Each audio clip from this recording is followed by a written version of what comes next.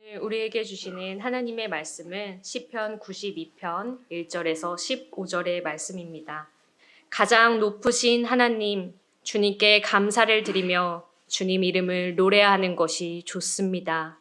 주님의 사랑을 알리며 밤마다 주님의 성실하심을 알리는 일이 좋습니다. 10줄 현악기와 검은 고를 타며 수금가락에 맞추어서 노래하는 것이 좋습니다.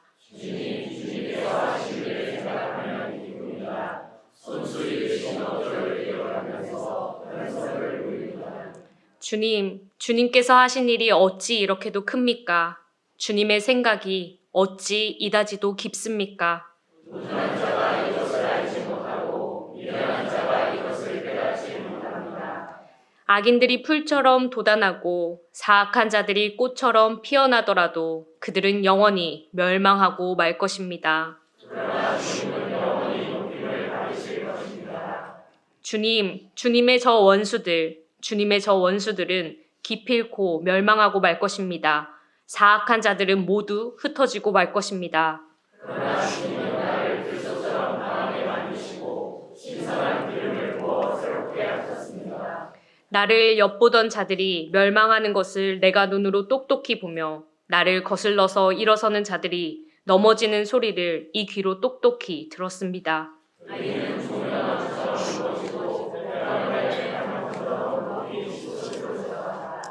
주님의 집에 뿌리를 내렸으니 우리 하나님의 뜰에서 크게 번성할 것이다.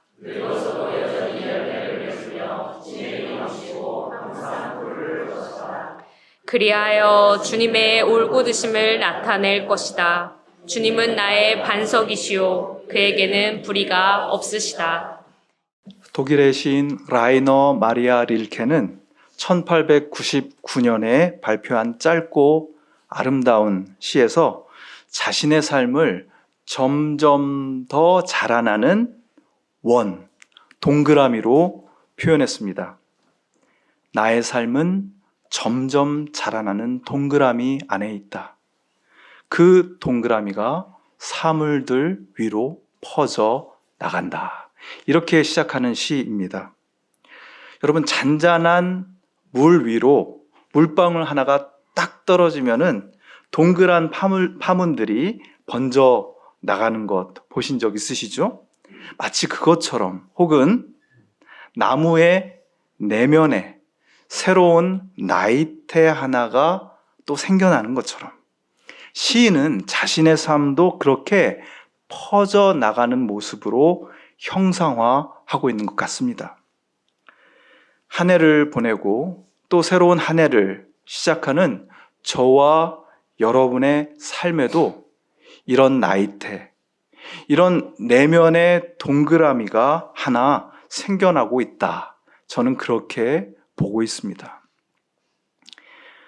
나이테를 한자로 한 것이 바로 연륜, 이렇게 됩니다.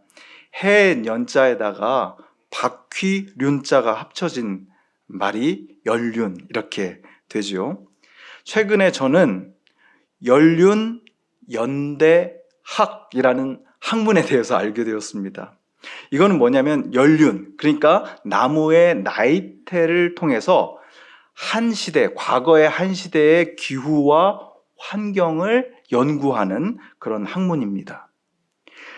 연륜 연대학을 전공한 서정욱 교수에 의하면 나이테의 폭이 넓을 때는 나무에 양분이 많았을 때이고, 나이테의 폭이 좁을 때는 양분이 부족해서 나무가 참 힘들었던 때다, 이렇게 얘기합니다. 이렇게 나무는 해마다 자기가 겪은 기후 그리고 환경의 정보를 자기 안에 나이테로 촘촘히 새겨 넣는다는 것입니다. 서정욱 교수가 최근 어느 인터뷰에서 한 말이 제게 참 인상적이었습니다. 나무는 나이테로 대화한다 였습니다. 자기 안에 새겨져 있는 그 고통과 상처의 기억들을 통해서 나무는 어떤 메시지를 전하는 존재인 것입니다. 저는 시편 92편을 참 좋아합니다. 여러 가지 이유가 있는데요. 그중 하나가 시편 92편에 나오는 나무의 이미지들 때문입니다. 의인은 종려나무처럼 우거지고 레바논의 백향목처럼 높이 치솟을 것이다. 주님의 집에 뿌리를 내렸으니 우리 하나님의 뜰에서 크게 번성할 것이다. 늙어서도 여전히 열매를 맺으며 진액이 넘치고 항상 푸르를 것이다. 개역개정은 빛이 청청할 것이다. 이렇게 옮겼죠. 종려나무와 백향목은 이스라엘에서 많은 사랑을 받는 나무입니다.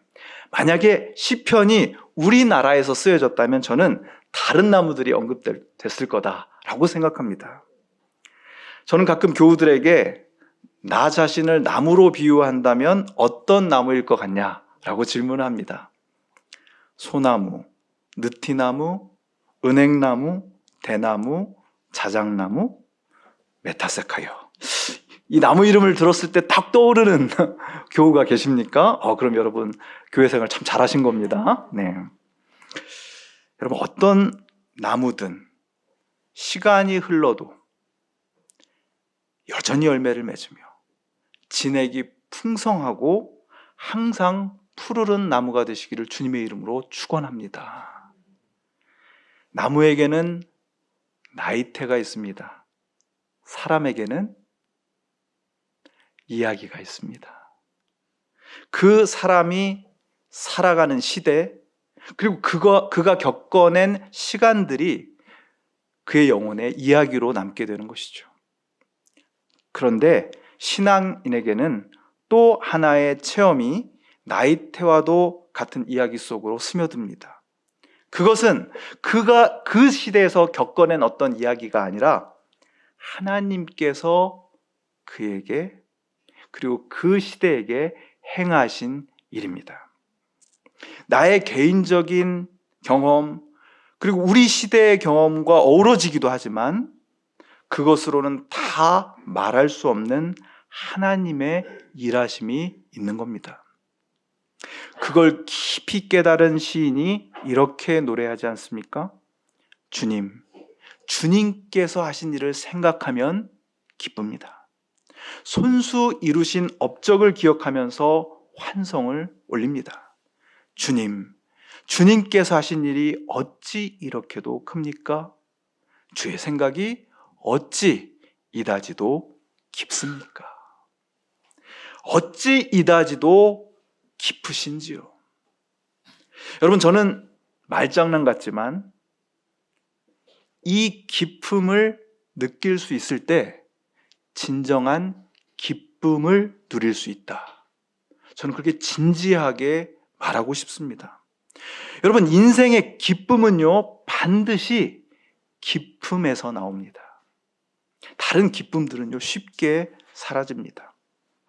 하나님의 생각, 하나님의 섭리가 얼마나 깊은지를 깊이 깨달은 사람의 내면에 기쁨의 나이테가 생겨나는 줄 믿으시길 바랍니다. 한 가지 더, 그래야 기품 있는 삶이 됩니다. 하나님의 생각에 대한 깊은 성찰, 그리고 거기서 나오는 기쁨, 그것이 시간이 흐르고 나이가 들수록 기품이 있는 나무, 기품이 있는 삶을 살게 해주는 것이죠. 외적인 상황만 봤을 때는 오히려 그 사람의 삶에 너무 많은 괴로움이 있었을 수도 있습니다. 오늘 시편을 보십시오. 오늘 시편의 시인도 악인들, 사악한 자들, 나를 어떻게 삼켜버리려고 늘 기회만 엿보는 자들 때문에 정말 시들시들해지는 삶을 살 수밖에 없었습니다. 그들에 대한 원망, 나 자신에 대한 실망, 그것이 만들어내는 절망 속에서 살아갈 수밖에 없었던 것이죠. 그것은 마치 나무들이 산불을 만났을 때, 폭염에 힘들어할 때, 장마와 홍수 때문에 상처를 입고 위태로운 시간을 보내는 것과 같다. 이렇게 말할 수 있습니다. 그런데 그런 상황 속에서도 오늘의 시편 시인은요, 딱 한 가지 기억을 붙잡고 일어섭니다. 그게 뭘까요? 주님의 집에 뿌리를 내렸으니 우리 하나님의 뜰에서 크게 번성할 것이다 라는 말씀입니다. 여기서 뿌리를 내렸다라고 번역한 그 말이 좀 아쉽습니다. 정확하게 번역하면은 주님의 집에 심겼으니입니다. 이 말이 대단히 중요한데요. 심겨졌다는 것은 무엇입니까? 과거에는 어떤 척박한 땅에 있었는데 누군가가 그것을 다른 장소, 비옥한 장소로 옮겨 심었다라는 뜻이기 때문입니다.